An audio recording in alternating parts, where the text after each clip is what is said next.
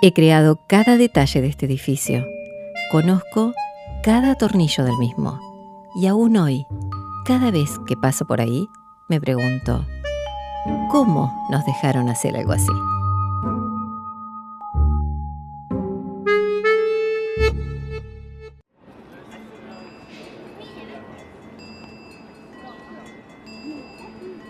El origen de esta zona de París se remonta a comienzos del siglo XII, cuando Luis VII decide crear un mercado en las afueras de la ciudad, en un lugar llamado Champeaux, que se va integrando a la ciudad a medida que ésta crece, llegando a convertirse en un centro de comercio muy próspero con numerosos edificios y locales.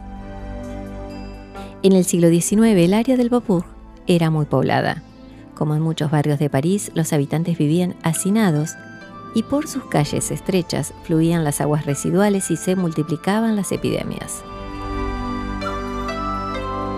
Beaubourg fue una de las zonas incluidas en las grandes reformas que generó la planificación urbanística encomendada por Napoleón III al barón de Haussmann, llevada a cabo entre 1852 y 1870. En la década de 1960, un siglo después de la gran obra de Haussmann, se llevaron adelante una serie de transformaciones que reclamaba la ciudad para organizar sus espacios y adaptarse a la evolución de la sociedad. Fue en este marco que el presidente Georges Pompidou decidió crear un Centro Nacional de Arte y Cultura que debía estar ubicado en el corazón de la ciudad, de manera que su esencia se irradiara hacia Francia y el mundo.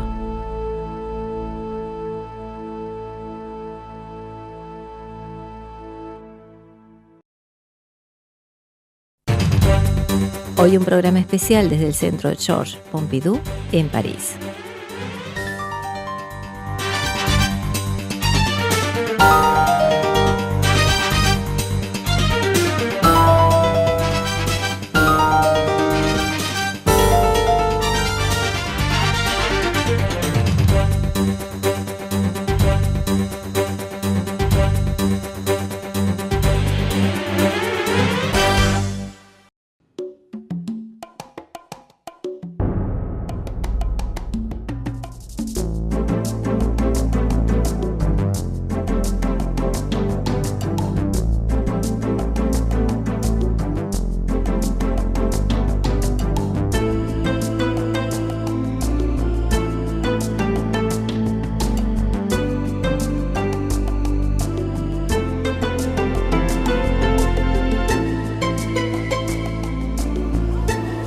El primer ejemplo de arquitectura high-tech, diseñado por los jóvenes Piano y Roger en los años 70. Centro Georges Pompidou.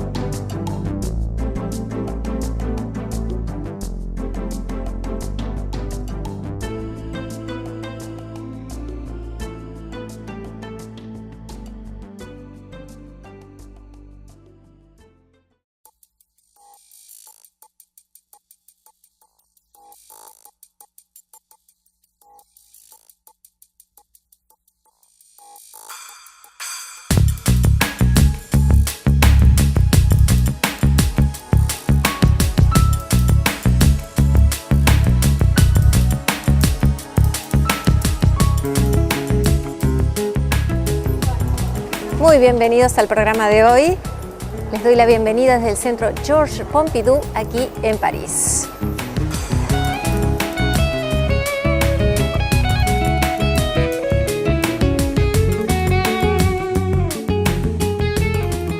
El Centro Beaubourg, también conocido como Centro Georges Pompidou, fue inaugurado el 31 de enero de 1977 y abrió sus puertas al público el 2 de febrero del mismo año. El proyecto había nacido en el año 1969 como iniciativa del, por entonces, presidente de Francia, Georges Pompidou, quien había manifestado su deseo ferviente de que París contara con un centro cultural que fuera a la vez un centro creativo y un museo moderno, diferente del Louvre. El lugar elegido para su emplazamiento fue el Beaubourg, uno de los barrios más antiguos de la ciudad, ubicado en el corazón de París, cerca de Les Halles de Valtare, el mercado de abasto, que en ese tiempo estaba en plena demolición. Para la selección del proyecto se organizó en el año 1971 un concurso internacional, y sería esta la primera vez que Francia extendía la invitación a arquitectos de todo el mundo. Se presentaron en total 681 proyectos, provenientes de 49 países, resultando ganador el que firmaron 2 arquitectos jóvenes, el italiano Renzo Piano y el británico Richard Rogers. Las obras comenzaron en 1972 y se prolongaron durante 5 años. El proyecto era revolucionario, con muchos aspectos, empezando por el concepto de agrupar en un mismo espacio un museo, una biblioteca, un espacio dedicado a la creación industrial y arquitectónica y otro a la experimentación musical. Otro gran desafío era fomentar encuentros con el público, convirtiendo al Centro de Arte y Cultura en un lugar de vida. Pero también desde el punto de vista arquitectónico el proyecto era original y desafiante. Aunque la utilización de 15.000 toneladas de acero y 11.000 metros cuadrados de superficie acristalada lo presentaban como heredero de las grandes estructuras de hierro de la era industrial, tenía un carácter definitivamente innovador. Por su estructura portante situada en el exterior del edificio, dejando libres los planos interiores dedicados a las obras, por su arquitectura, que era al mismo tiempo maciza y transparente, y por esos detalles revolucionarios como la tubería multicolor, expuesta a la vista, y la oruga colgante, con las escaleras mecánicas en la fachada oeste.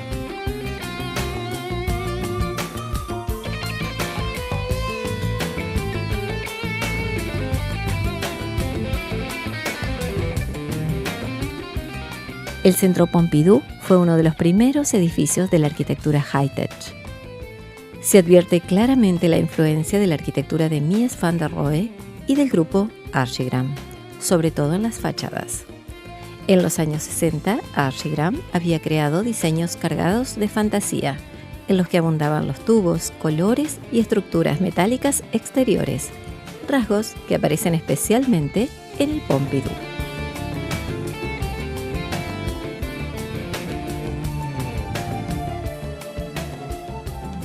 El Pompidou tuvo también sus detractores. Lo llamaron peyorativamente la fábrica de gas, la usina y también Notre Dame de Tuyauterie, Nuestra Señora de las Cañerías.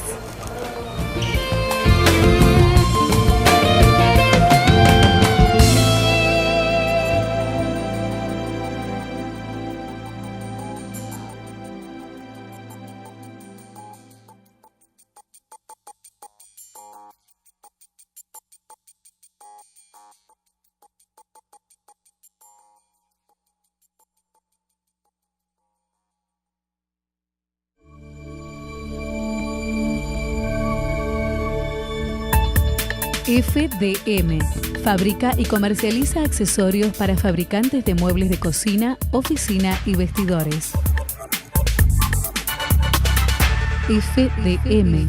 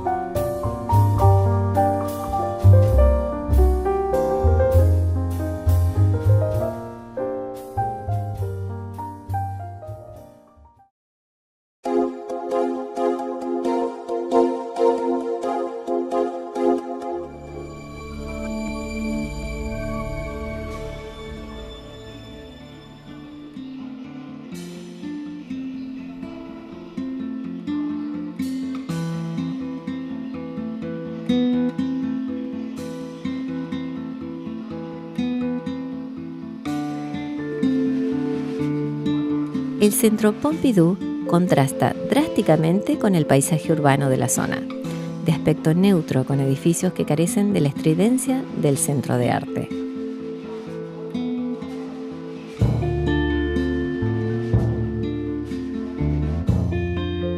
La plaza, un gran espacio creado por Renzo Piano y Richard Roger, pertenece tanto al Centro Pompidou como a la ciudad, y es el vínculo entre estos dos espacios, además de un gran pulmón por el que respira la ciudad.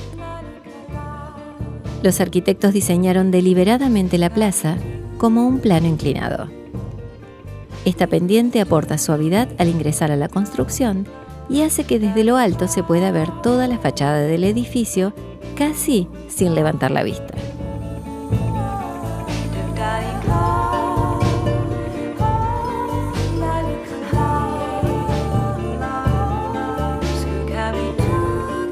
La plaza está directamente relacionada con el foro. No existe ningún umbral que marque la diferencia entre el exterior y el interior. Se pasa de un lugar a otro de manera casi natural.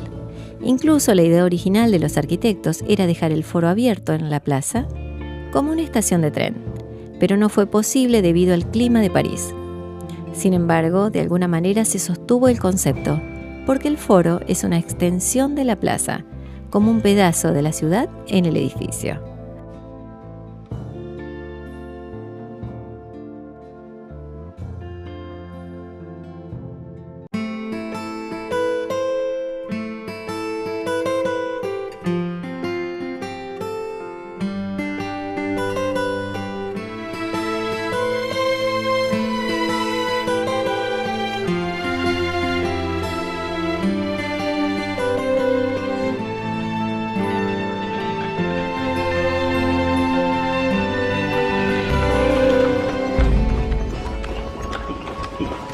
Si te gusta la historia y la arquitectura, no te pierdas otro de mis programas, La Alquimista, todas las semanas por Canal A.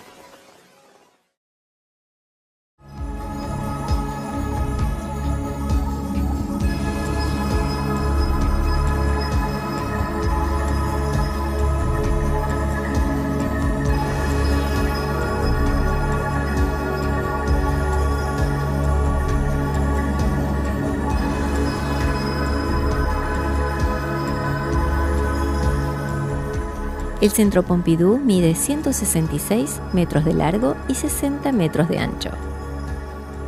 En el interior, el ancho es menor, 45 metros.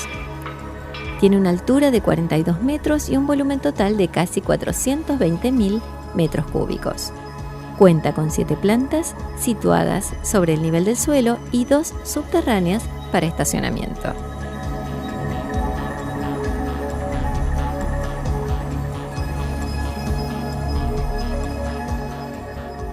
El edificio tiene en cada uno de los forjados 13 huecos limitados por 14 vigas prefabricadas de gran tamaño. Las vigas de las diferentes plantas, que son visibles en las fachadas laterales norte y sur, se unen entre sí con tensores.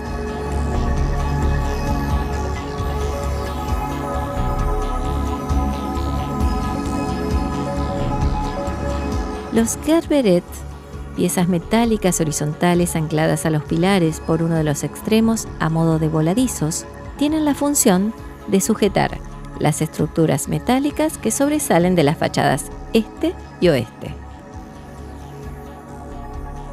La estructura de hierro se muestra como un exoesqueleto en toda la fachada. En realidad, el edificio es de planta libre para que adentro puedan disponerse las exposiciones permanentes y semipermanentes de forma libre.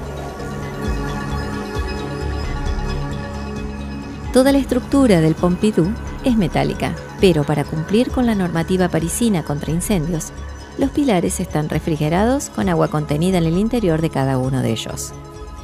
Las instalaciones y estructuras del edificio presentan una serie de colores que sirven de códigos para indicar la función que tiene cada elemento.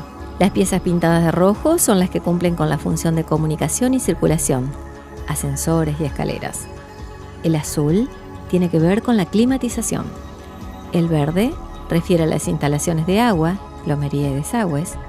El amarillo es para los circuitos eléctricos y el blanco para las tomas y extracciones de aire. Esos tubos blancos que están ahí y continúan con el lenguaje mismo del museo son las ventilaciones del estacionamiento que está en la parte inferior de esa plaza.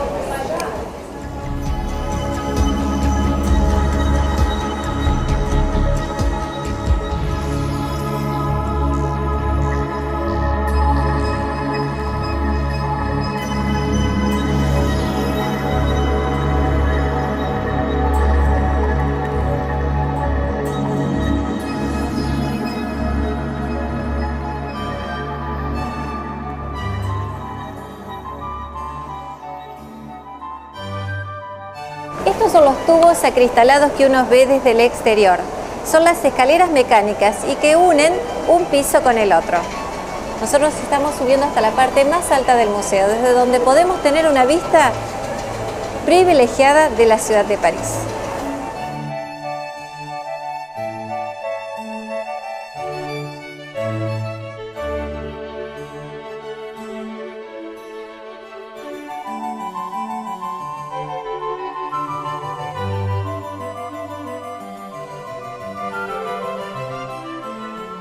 Detrás de este conjunto de barras y tubos están las fachadas propiamente dichas, con un acristalamiento continuo dividido en módulos rectangulares y con carpintería metálica ortogonal.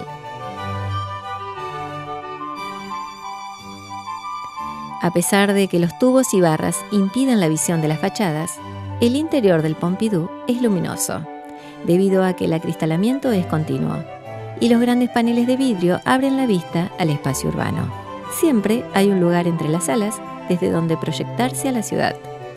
También desde el exterior el espacio interior se hace visible y según cómo impacta la luz, las fachadas de vidrio reflejan la ciudad y el cielo.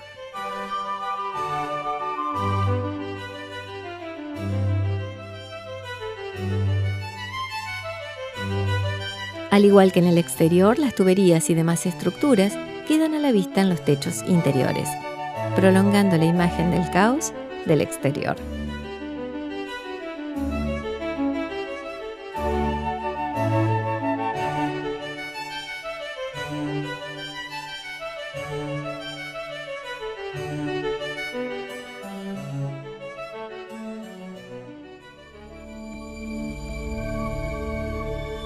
Construir es pensar en el futuro personal. Construir de manera sustentable es pensar en el futuro del planeta.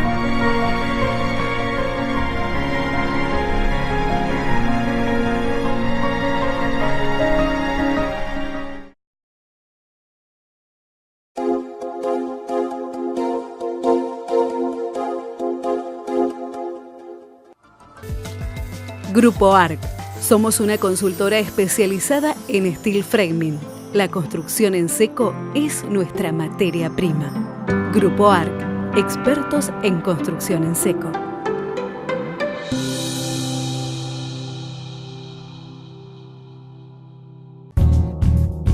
Colomé.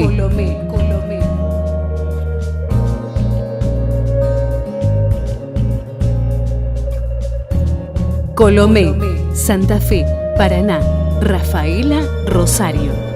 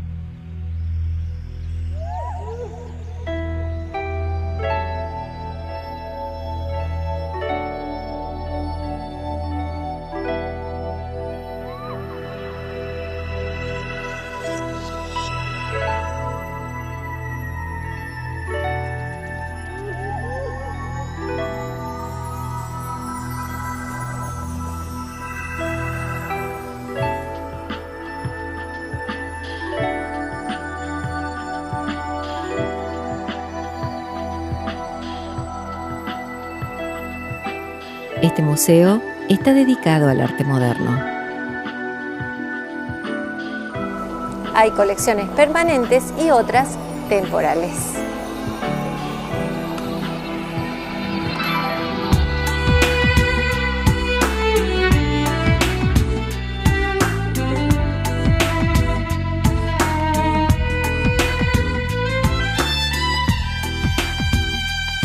En las distintas plantas se desarrollan actividades vinculadas con las artes plásticas, el dibujo, la fotografía, los nuevos medios, el cine experimental, la arquitectura, el diseño y el desarrollo industrial.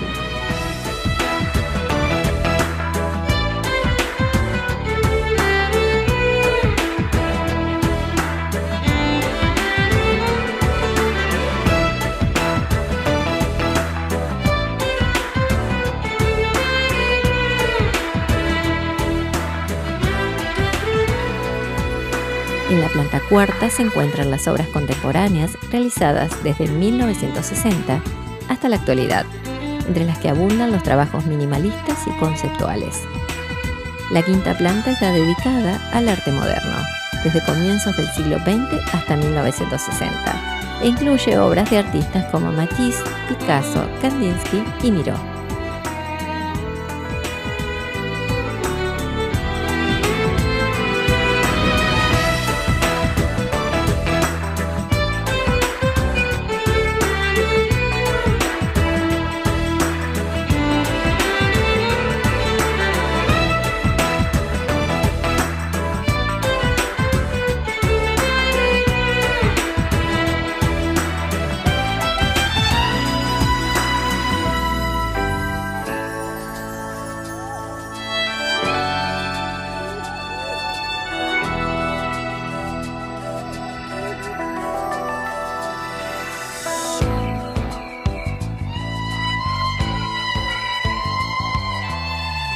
Fíjense que la idea de paneles móviles para disponer dentro del museo y dar flexibilidad fue de vanguardia.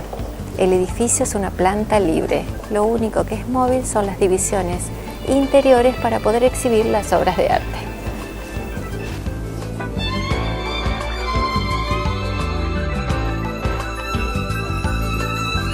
El arquitecto Piano colocó sobre cada obra de arte un pequeño falso techo a modo de protección visual, para impedir que la mirada se distraiga de la obra y se dirija a la red de tubos del techo.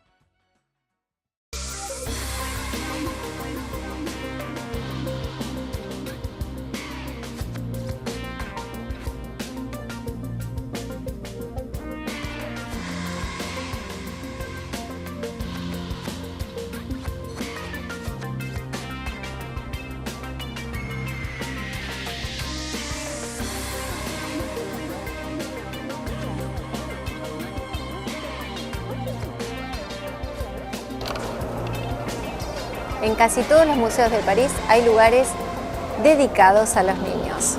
Y en este caso vemos en uno de los rincones aquí del Centro Pompidou espacios para que puedan plasmar sus ideas, sus dibujos y también sus grafitis. No solamente los niños, los adultos también.